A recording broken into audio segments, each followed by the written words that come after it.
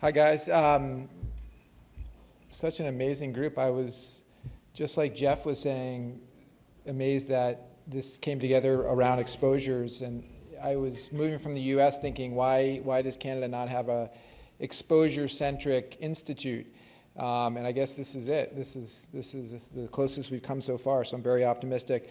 I'm presenting with John McLaughlin, who I've recently met, and I think Jeff was smart to peer us because we both have a common interest in what we think this IHRT is going to be. You're probably wondering, and we're still considering it a work in progress and want to use the next day and a half to define what it is, but we do think that we have a common vision we'll go through, but I'll say now in a nutshell, is to really ensure and assist, and in some cases nudge, potentially cajole, the projects to really be focused and oriented to true success, which we'll talk about. That's a lot of sort of hand waving, but we think we know what that means, and we think that we're the right people to help you with that, and we think that we can be somewhat arm's length and facilitate what I think will be a lot of potential energy that we need to funnel into true productivity. So some of these slides are sort of formal, and I'd rather say it in my own words. You've already seen this. That's where we are. The maternal fetal child health is very closely aligned, obviously. It's just sort of the spectrum of age, and one of the themes is really the lifespan. So in a way, well, they are right next to each other, but they're really not that different. It just so happens that because of the expertise, I think, across these two areas will be separated, at least in some ways. But we'll have very common things to say and do, I think. So these are the aspirations, and this is the part where you can read, but I'll probably paraphrase. There's limited money, obviously. I think it really hit home in this slide that Eleanor showed. But the glass half full is that the potential energy here, and I think, as she said, the spirit of collegiality, and I mean that again coming from the US, I think people really working together in a very cooperative, a genuinely cooperative manner. Not to be entirely distinct from the US, but I really feel that that's a strength here. And of course, we will work with our American colleagues and others, but to really maximize the resources, and in particular to give this input into biological plausibility and how we can really ensure that these are going to lead to health impacts. Not 100% assure, but direct things in a way that increases the likelihood of health impact, not necessarily in an extremely short time period, because that would be unrealistic, but at least that we see and we help others see and maybe help direct the course of these projects in a way that it's plausible that they'll get there in a reasonable amount of time. So that's a very indirect paraphrasing of what you see here. I'm not going to go through all these because I'd rather have time for a brief discussion. We'll also be talking tomorrow in a focus group. Again, the issues of how limited the funding is, the challenges, and again, the opportunities, as you've heard. But again, besides just being words, this is going to become more than hand-waving when decisions are made with limited resources. Just be prepared that, again, as a consensus, hopefully, will, along with the other teams, be helping to push things in a way that we really believe is going to be impactful and maximize the use of the resources in CANUE.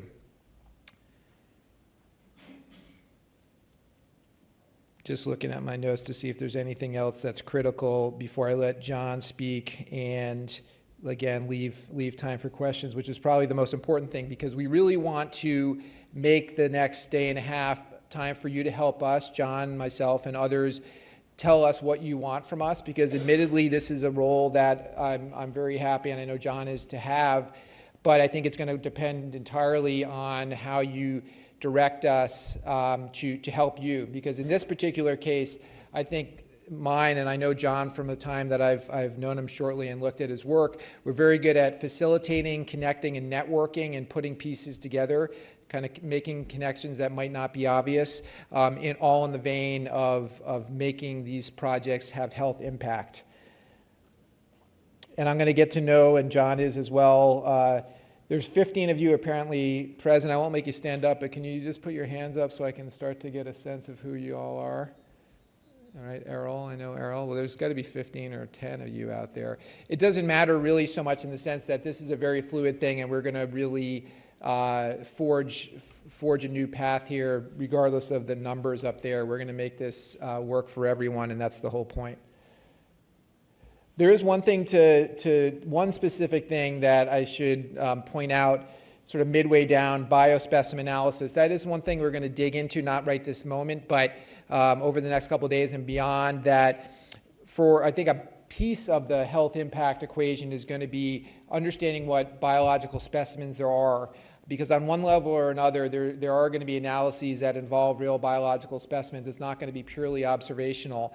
Certainly a lot of it will be observational, and that's the big strength, but it won't be purely that way, and certainly a stronger project will come out of leveraging biospecimens. And we don't know, John and I, and probably no one in this room really knows what's out there. So we're not ready yet to have a forum like you just saw from Paul, but we'll have something like that eventually. We'll work with Eleanor and others to really understand what are the biological specimens out there, because that always makes a stronger project if you can give another layer of plausibility through that kind of tissue. So I'm going to hand over to John, and then hopefully we'll have some time at the end to start hearing your thoughts. Thank you, Chris. And so the first slide is the vision state slide, which Jeff has already shown you. So I don't need to restate that, but it does give me an opportunity to really thank Jeff for getting us all in this room. It is really extremely exciting. I'd like to thank the others who were instrumental at the time of the grant, which was like mission impossible, but you pulled together such a tremendous team.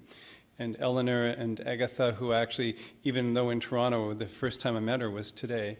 So the fact that we're in this room is actually pretty exciting. And most of the environment and health meetings I go to, it's like we're working on the promise, not the actual delivery of something. And we have an opportunity now to really deliver on something in quite a unique way. And the team that you've pulled together, Jeff, is really quite tremendous, and thank you for allowing me and Chris to be part of that. So the vision you've seen, and then the objectives, just the focus, then the reason I'm putting this up again is just to sort of set the context for this next day and a half, which is going to allow us to think about what do we want to do next and what can we deliver in time. But that whole idea of the data platform that's useful, allowing us to focus on environmental exposures and their impacts, the modeling that actually is both, maybe complex and comprehensive, but also useful, the modeling activity. The focus on the health promoting aspects of urban form, which is fundamental to the CIHR perspective itself. And then looking at the full range of dimensions, including the biological, including the socio-political, relating to some of the very interesting points that were raised this morning at the symposium. So really, our part here is really meant to just set the stage, set the context. As you're listening to the other presentations today, please keep in mind that vision for CANUE itself. And tomorrow we'll have a breakout session where the members of this sub-team can actually begin to explore, well, what are some of the things we could deliver in the short term? How will we make some priority decisions? Again, these are the concepts and principles that Eleanor has already summarized that were agreed upon in the grant, and I'm just coming back to that foundational point. Importantly, okay, we all agree that there's a lot of cool stuff that could happen, that needs to happen for local and provincial and national impacts. But we need to also see who can run with it, who's got the capacity, who's got the skill, who can we support to lead that.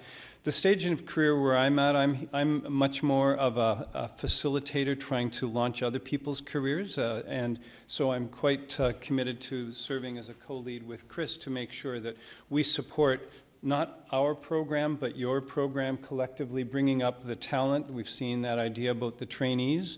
And what are the resources that can complement this? One of the bullets on a previous slide indicated that as we declared in the application itself, Canada's investments in cohorts and other large-scale platforms is a great opportunity.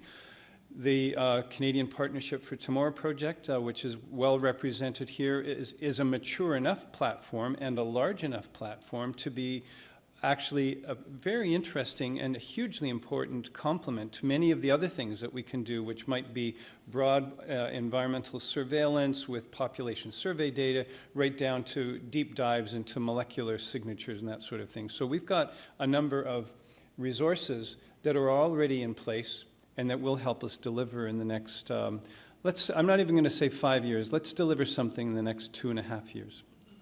So I noticed there weren't any questions in the last presentation, so if anybody has questions, Chris and I are open to it. Thanks. That was a great introduction. I'm wondering if you might comment on the platform for this integration. In particular, our focus seems to be on a geographic information system-based platform, and I wondered if you could just comment on that in the context of what you have planned. Well, first of all, it's not so much what I have planned. I think Chris might say the same thing. It's what do we want to do together? What are some of those resources? So the way it was framed before with Evan's point in particular, you're right about kind of the geographic population level overlay of environmental data that is out there, but has not yet been fully linkable or linked to the human health dimensions, whether that's survey data. There are some in this room have done tremendous work with that, linking the existing ambient environmental exposure data to such things as the health systems files of ISIS. I saw Hong Chen here, or the more complex kind of, including the social determinants, some of the work that Doug Manuel has done. We can look at environment in many different ways, and then link it in a number of ways to those other platforms, right through to what is enabled by the large population-wide cohorts, such as Canadian Partnership for Tomorrow project, including sort of searching for gene-environment interactions. So the CANUE, one reason for us to try to sort of introduce this idea early in today's session is that I think the CANUE investment is small enough that it needs to be kept focused on the environmental data itself, while making sure that we can create the linkability, the opportunities for those health studies to be quickly enabled. And that's one reason why I think the cohorts are one opportunity there. Did you have anything to add, Chris? I mean, it's not exactly the answer, but I guess I'll just paraphrase the whole thing. And we're going to try to make people hit a sweet spot between crazy ambitions and too limited. But we're going to do that in a very concrete way once he and I, and along with others, really start to understand what we're talking about, what data, what's really available, how quickly, how integratable. It's going to be a huge learning curve for us, but like you said, the important thing is that we don't have a huge personal stake in this, and that's probably why Jeff did it. I mean, this is a bit out of my normal day-to-day, but I get biological plausibility and I get outcomes, and we're going to try to just facilitate and make things happen. It sounds like words, but I think we are really good at it. So, but it's not, your question's too granular for now, even though it's a good one. Okay, good. Maybe slightly off the topic, but one thing I wanted to highlight is just in the last 3 or 4 months, we've been working hard with Stats Canada and Health Canada to do residential history. And by the middle of next summer, we should have residential history connected to the Canadian Health Measures Survey, all 4 cycles. And we will have some of the preliminary exposure data from CANUE connected to that, and that'll all be available in the regional data centers for analysis. And I've heard from Esri that they'll also be making GIS software available in the RDCs. So that'll be a nice win for CANUE for summer 2017.